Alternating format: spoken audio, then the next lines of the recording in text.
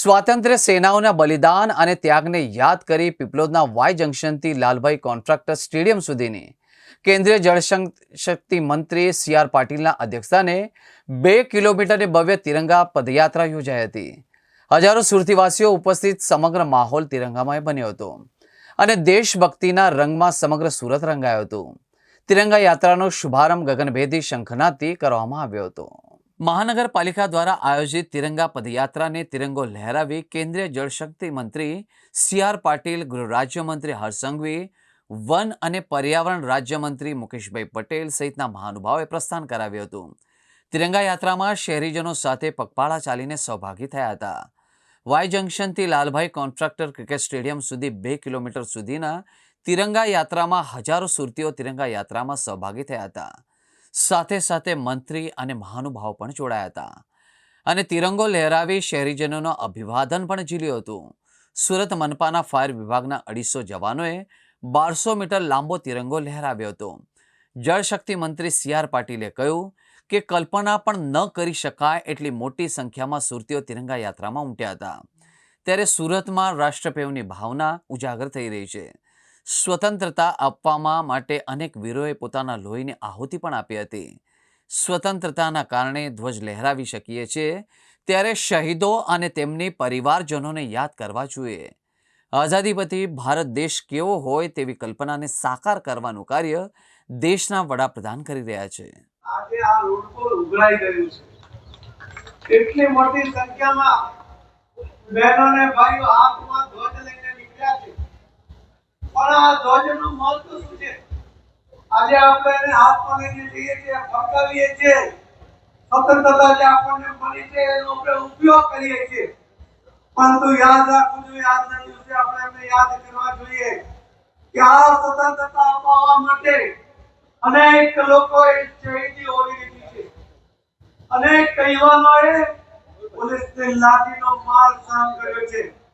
અનેક લોકોએ જેલમાં સબળ્યા છે અને એમની આહુતિઓ પછી એ આપણને જે સ્વતંત્રતા પ્રાપ્ત થઈ છે એ સ્વતંત્રતાને કારણે આજે આપણે આ ધ્વજને લહેરાવી શકીએ છીએ.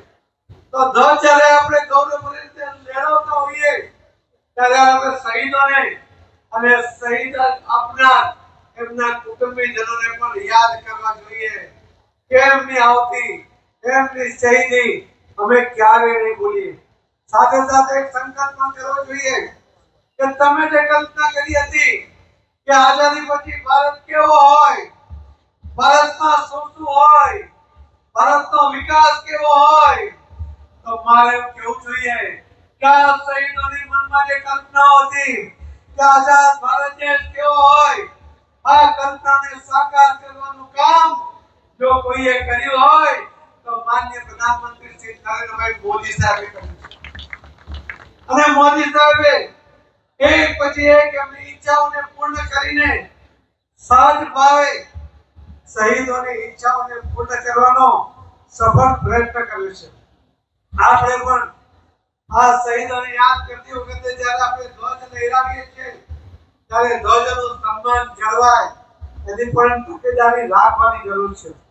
આ ધ્વજ આજે આપણે સહજતાથી હાથમાં લઈને ફરી રહ્યા છીએ, પરંતુ એ કોઈના પગ નીચે ન આવે, તો એની પર વરસાદ ન પડે એની પણ તમારે કાળજી રાખવાની છે. અને જ્યારે આપણને મહાત્મા ગાંધીજીએ આ સ્વતંત્રતાની લડાઈ લડતી વખતે એમને સત્યાગ્રહ કર્યો હતો સ્વતંત્રતા પ્રાપ્ત કરવા માટે. સાથે સાથે એમણે સ્વચ્છતાનો પણ ખૂબ આગ્રહ કર્યો હતો. સૌના ચહેરા ઉપર એક અલગ જ પ્રકારની ખુશી છે. હું આજે દેશના લોકપ્રિય પ્રધાનમંત્રી આદરણીય શ્રી નરેન્દ્રભાઈ મોદી સાહેબને આપ સૌ વતી આભાર માનવા માંગુ છું કે હર ઘર તિરંગા અભિયાન થકી કાશ્મીરથી લઈને કન્યાકુમારી સુધી દેશભરના તમામ નાગરિકોને દેશભક્તિના રંગે રંગાય એવું અભિયાન શરૂઆત કરીને આજે દેશના કરોડો ઘરો પર 15મી ઓગસ્ટ પહેલા આપનો તિરંગો શાનથી લહેરાય છે. દેશની સૌ ફોર્સિસ જ્યાં નજરે પડે ત્યાં અમારા દેશનો યુવાન એમને સલામી આપે છે.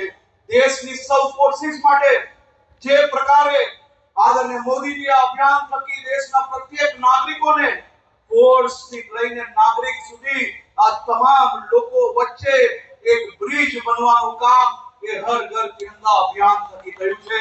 આજે સુરત શહેરના સૌ નાગરિકો વતી હું મારા દેશના સૌ સૈનિકોને, સેનાના સૌ જવાનોને, સૌ રાજ્યની પોલીસ ફોર્સને બે હાથ જોડીને વંદન કરીને અભિનંદન આપવા માંગુ છું કે આપ સૌ લોકોએ રાજ્ય અને દેશને સુરક્ષિત રાખવા માટે પોતાના પરિવારને અનેક તહેવારો ત્યાગ કરીને રાજ્યના સૌ નાગરિકોને સુરક્ષિત રાખવાનું આપ સૌએ જે કામ કર્યું છે તે બદલ રાજ્યના સૌ નાગરિકો હંમેશા આપના આભારી રહેશે.